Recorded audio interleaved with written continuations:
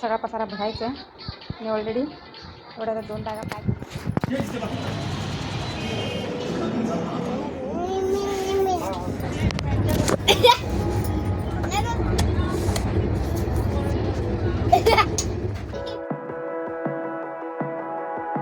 Hi hello, कसे आहात तुम्ही सर्व? मजेत ना? मजेतच असायला पाहिजे. तर माझ्या थंबनेलवरून तुम्हाला कळलंच असेल की आजचा व्लॉग कोणत्या विषयावर रिलेटेड आहे. तर आम्ही सगळेजण आमचं पॅकिंग करत आहोत, कारण आम्ही गडचिरोलीमधून आम्ही आमच्या घरी आता जाणार आहोत.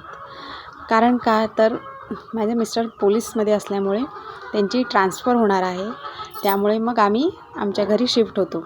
त्यासाठी मग आम्ही सगळं पॅकिंग वगैरे करून घेतली. आता फक्त जाताना कपडेच नेणार आहे, बाकीच्या गोष्टी मग नंतर जेव्हा त्यांची ऑर्डर येईल बदलीची त्यावेळेस मग बाकीच्या गोष्टी सामान वगैरे आम्ही हलवणार होतो. तसं बघायला गेलं तर गडचिरोलीशी नातं खूप वेगळं आहे. आम्ही साधारण गडचिरोलीमध्ये 2022मध्ये आलो होतो. मग गडचिरोलीमध्ये जेव्हा पहिल्यांदा आम्ही आलो आमच्या घरून, त्यावेळेस खूप वेगळं वातावरण, वेगळी लोकं, वेगळा एक्सपिरियन्स, खूप साऱ्या गोष्टी शिकायला मिळाल्या. त्यावेळेस वाटलं नव्हतं की एवढी 3-4 वर्ष आम्ही तिथे राहू, आणि तिथे जे मिळालेली लोकं, त्यांनी दिलेले चांगले चांगले अनुभव आयुष्यभरासाठी राहतील. हां,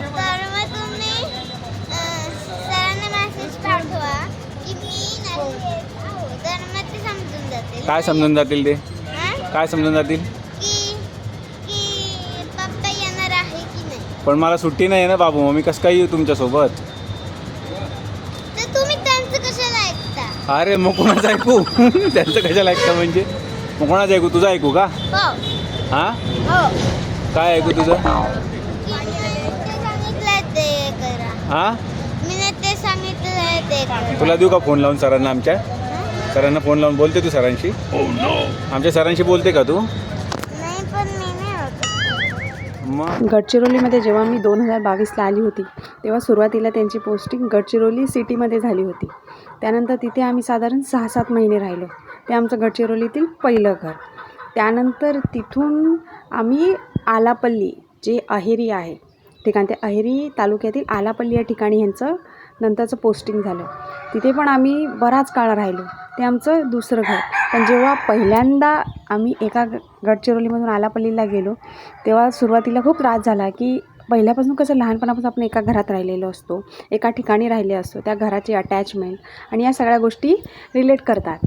त्यानंतर ह्यांची बदली आलापल्लीला झाली. तेव्हा आलापल्लीला गेल्यानंतर तिथे तर आम्हाला खूप जीवाभावाची अशी माणसं भेटली, आणि ती माणसं अजूनही आमची बदली झाली तरीसुद्धा ती आमच्या कॉन्टॅक्टमध्ये आहे आणि आयुष्यभरासाठी राहतील अशी माणसं आम्हाला आलापल्लीने दिली.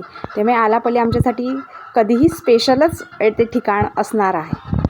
त्यानंतर मग सुरुवातीला असे जेव्हा घर बदली करतो त्या सुरुवातीला खूप त्रास व्हायचा, की प्रत्येक घराशी असलेली आपली अटॅचमेंट, त्याची जवळी, कारण तिथे आपण राहिलेलो असतो, खूप सारे अनुभव घेतलेले असतात. त्यानंतर मग परत तिथून आमची आलापल्लीवरून त्यांची बदली परत गडचिरोलीला झाली, आणि गडचिरोलीमध्ये आम्ही येऊन राहिलो. त्यानंतर म्हणजे प्रत्येक ठिकाणी गेल्यानंतर तिथून प्रत्येक ठिकाणावरून दुसरीकडे जाताना भेटलेली लोकं, खूप चांगली लोकं भेटली, खूप छान छान गोष्टी शिकायला मिळाल्या. सुरुवातीला कसं आपण जॉईंट फॅमिलीमध्ये आम्ही राहायचो आणि राहतोही, पण जेव्हा सुरुवातीला सासू सासऱ्यांपासून जेव्हा आम्ही तिकडे राहायला गेलो, त्यानंतर एकटीवर आलेले जी जबाबदाऱ्या, हे सगळं पेलवताना जे नवीन नवीन एक्सपिरियन्स आले आणि खूप साऱ्या गोष्टी शिकायला मिळाल्या. त्यानंतर तिथे गेल्यानंतर खरंच मोठी माणसं का गरजेची असतात, ते आपल्यावर असलेली किती साऱ्या गोष्टी किंवा किती साऱ्या जबाबदाऱ्या आपल्या हलक्या होतात, हे तिथे गेल्यावर अनुभवायला आले.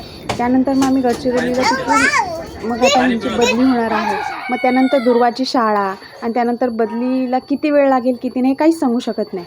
मग त्यानंतर दुर्वाच्या मग शिक्षणामध्ये अडथळे नको व्हायला, ॲडमिशनला प्रॉब्लेम नको व्हायला, त्यामुळे मग आम्ही निर्णय घेतला की आम्ही आता सध्या आमचं जे वसईत घर आहे त्या घरीच आता आम्ही तिकडे राहायला जाणार आहे. आणि मग जेव्हा बदली होईल तिकडे मग आम्ही जे आमचं बाकीचं सामान आहे ते तिकडे डायरेक्ट ज्या बदलीच्या ठिकाणी शिफ्ट करणार आहोत. मग आता आम्ही सध्या वसईमध्ये शिफ्ट होतो आहे, कारण दुर्वाची मग शाळा पण आता चालू होणार होती, आणि ॲडमिशन वगैरे पण तिचं घेतलेलं होतं, त्यासाठी मग आम्ही तिकडे जातो आहे. पण गडचिरोली सोडताना वाईट तर खूप वाटतं आहे, कारण परत एवढा लांब येणं शक्य नाही आहे, आणि असं आपण ठरवूनसुद्धा तिकडे परत जाऊ शकत नाही. पण ठीक आहे, मिस्टर पोलीस खात्यामध्ये असल्यामुळे वेगवेगळ्या ठिकाणी फिरणं, तिथली लोकं, तिथलं प्रत्येक ठिकाणाचं कल्चर, तिथल्या वेगवेगळ्या गोष्टी अनुभवायला मिळतात. हे यातनं शिकायला मिळालं आणि खूप छान वाटलं. तिथे मिळालेले जे अनुभव आहेत, तिथले जे एक्सपिरियन्स आहेत, तिथली सगळ्या गोष्टी आहेत ते आयुष्यभरासाठी लक्षात राहतील. आणि खूप छान तो जो 3-4 वर्षाचा काळ होता तो आमचा गेला होता. त्यामुळे खरंच खूप छान वाटतं आहे. पण कुठे थोडंसं मला दुःख पण होतं आहे की आता गडचिरोलीमधून आम्ही आता तिथून बाहेर आलो आहोत, तिथून निघालो आहोत. त्यानंतर आमच्या वसईच्या घरी येण्यासाठी आम्ही जेव्हा निघालो होतो त्या येताना अगोदरच ऑलरेडी रिझर्वेशन करून ठेवलं होतं. कारण दुरंतो एक्सप्रेस आहे, ते एक्सप्रेसमध्ये तिकीट मिळत नाही. त्यामुळे अगोदरच रिझर्वेशन केल्यामुळे आम्हाला बरं पडलं.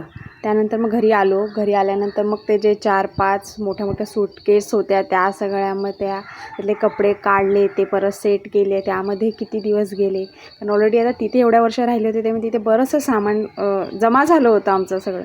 ते मग येऊन परत इकडे सेट करता त्यात 3-4 दिवस गेले. त्यानंतर हे कपडे वगैरे सेट करून झाल्यानंतर मग ध्रुवाची शाळा चालू झाली. मग तिची शाळा चालू झाली, मग तिला न्यू युनिफॉर्म, न्यू स्कूल. सुरुवातीला 1-2 दिवस आम्ही तिला शाळेत सोडायला गेलो.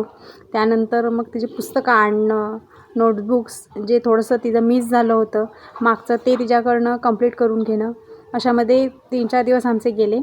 मग तुम्हाला आजचा व्लॉग आवडला तर नक्की लाईक करा, शेअर करा आणि कमेंट करून नक्की सांगा. तोपर्यंत बाय.